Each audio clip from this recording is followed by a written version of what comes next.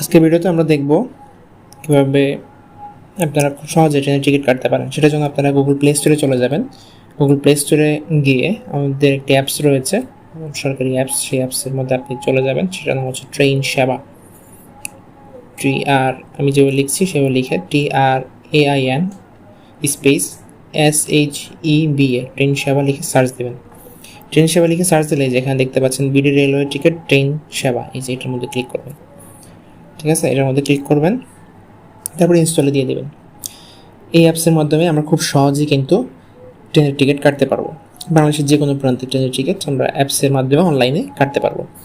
তো এটি ইনস্টল হচ্ছে। তো এখন আমাদের অ্যাপসটি ইনস্টল করা শেষ। অ্যাপসটি ইনস্টল করার পর আমরা এখান থেকে ওপেন দিতে পারি, বা ফোনের এখানে যেখানে ইনস্টল হয়ে এসেছে সেখানে আমরা অ্যাপসটি খুঁজে যে ট্রেন সেবা পেয়ে গেছি, ট্রেন সেবাতে আমরা ক্লিক করব।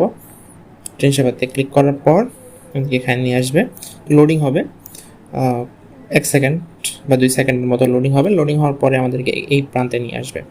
এখানে আমরা বেশ কিছু অপশন পাচ্ছি ট্রেন টিকিট কাটার জন্য। প্রথমে ট্রেন ক্রয় নামে যে অপশনটা রয়েছে সেখানে সরাসরি ট্রেন টিকিট কাটতে পারি। ট্রেন টিকিট কাটার পর ট্রেনের টিকিটটি যাচাই করার জন্য টিকিট যাচাইতে আমরা ক্লিক করতে পারি। তারপর আমরা এখান থেকে লগ ইন করতে পারি, রেজিস্ট্রেশন করতে পারি, ট্রেনের সময়সূচি দেখতে পারি, কোন ট্রেন কখন ছাড়বে, ট্রেনের সাপোর্ট নিতে পারি, ট্রেন ট্র্যাকিং করতে পারি, কোথায় ট্রেনটি রয়েছে, টিকিট মূল্য আমরা দেখতে পারি, জরুরি নাম্বার ট্রেনের ক্ষেত্রে সেটা আমরা দেখতে পারি, জরুরি ইমেল দেখতে পারি, ম্যাপে দেখতে পারি, এবং প্রাইভেসি পলিসি রয়েছে অ্যাপসটির, এবং শেয়ার করতে পারি, এবং প্লে স্টোরে রেটিং করতে পারি। তো আমরা যদি টিকিট কাটবো, আমরা টিকিট ক্রয় ক্লিক করব।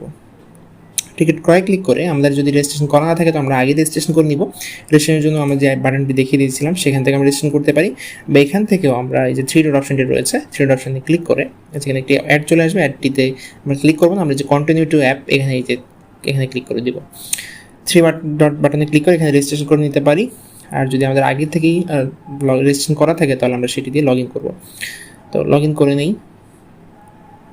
আমাদের যেই নাম্বারটি রয়েছে আমরা সেই নাম্বার দিয়ে লগ ইন করবো। আপনারা আপনাদের নাম্বারটি রয়েছে সেটি দিয়ে লগ ইন করে নেবেন।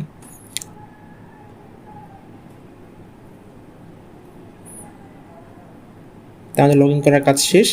এবার দেখা যাচ্ছে আমাদের নামটি এখানে দেখাবে, ডিটেলসগুলো এখানে শো করবে। তো এখানে আমরা কোথা থেকে কোথায় যেতে চাই সেখানকার এখানে লোকেশন দিব, ফ্রমে সেই লোকেশনটা দিব। ধরো আমি ঢাকা থেকে যাব, ঢাকা থেকে আমি ময়মনসিংহ যেতে চাই, আমরা ময়মনসিংহ সিলেক্ট করলাম। তো আপনি যেখানে যেতে চান সেটা একটু লিখতে হবে, লেখার পর এখানে অটোমেটিক চলে আসবে। তারপর তারিখ সিলেক্ট করতে বলবে। আমরা যদি ধরি আমরা 12 তারিখে যাব, কোন ক্লাসের টিকিট আপনি চান, ধরুন আমি শোভন চেয়ারের টিকিট চাই। সার্চ ট্রেনে আমরা ক্লিক করব। ক্লিক করার সাথে সাথে এখানে লোডিং হবে যে আমাদের সিটগুলো আছে কিনা, কোথায় কতটি সিট বরাদ্দ আছে সেটি দেখাবে। সকালে কোনো টিকিট নাই, অগ্নিবীণার রয়েছে টিকিট 12টায়। তো এইভাবে আপনারা সিটে করে সিট ধরে এখানে যেটা রয়েছে এখানে বুক নাওতে আমি যদি ক্লিক করি, বুক নাওতে ক্লিক করলে এখানে অনলাইনে একটি টিকিট দেখাচ্ছে, দেখি এখানে আমরা পাই কিনা।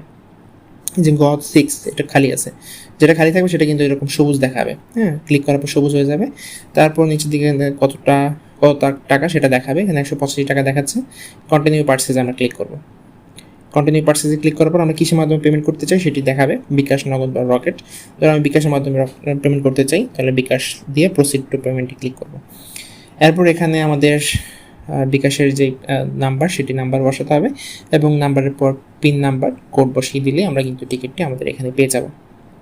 এই সূক্ষ্ম প্রসেসে কিন্তু আমরা ট্রেনের টিকিট কেটে নিতে পারি। তো আশা করছি ভিডিওটি আপনার কাছে ভালো লেগেছে। ভিডিওটি ভালো লাগলে বন্ধুদের মাঝে শেয়ার করে দিন, যাতে আমরা বন্ধুরা দেখে উপকৃত হতে পারে।